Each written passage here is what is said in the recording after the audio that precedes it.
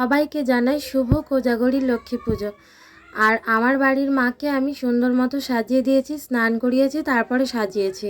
তারপরে আমি একটু আলতা পরে নিলাম। পুজো মানেই তো একটু আলতা পরতে হয়, একটু আলপনা দেব, এইগুলোই।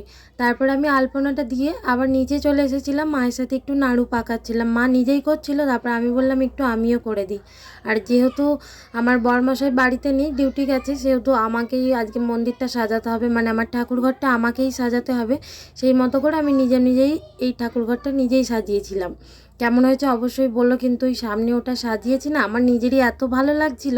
তারপরে ফুলগুলো সব গুছিয়ে নিয়ে আমি চলে এসেছি গঙ্গা মাটিটা রেডি করার জন্য। গঙ্গা মাটিটার মধ্যে গঙ্গা জল দিয়েছি, গঙ্গা মাটি আর একটু গোলাপ জল দিয়েছি। মায়ের যেহেতু গোলাপ জলটা অনেক পছন্দ, ওটা দিয়ে আমি আজকে ঘট বসানোর যে মাটিটা ওটাই আমি তৈরি করে নিলাম।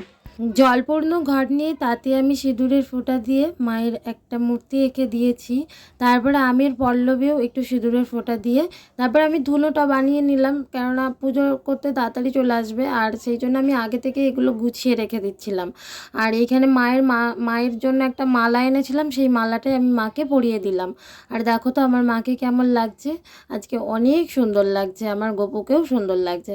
তারপরে মা কাকিমা দুজনে মিলে ওরা বলে দিচ্ছিল ফলগুলো কোনগুলো কি কাটবো, চিড়ে মুড়কি এগুলো কি করব সব বলে দিচ্ছি। একটা ভিডিওতে তো সব কিছু দেখানো সম্ভব নয়, সন্ধ্যাবেলা কী হয়েছিল তাই জন্য আর একটা আমি ভিডিও করেছি, এটা পার্ট 1 আর সেটা পার্ট 2। সবাই আশা করি সবাই দেখো কিন্তু। আর আজকের ভিডিওটা কেমন হয়েছে সেটাও বলো। টাটা।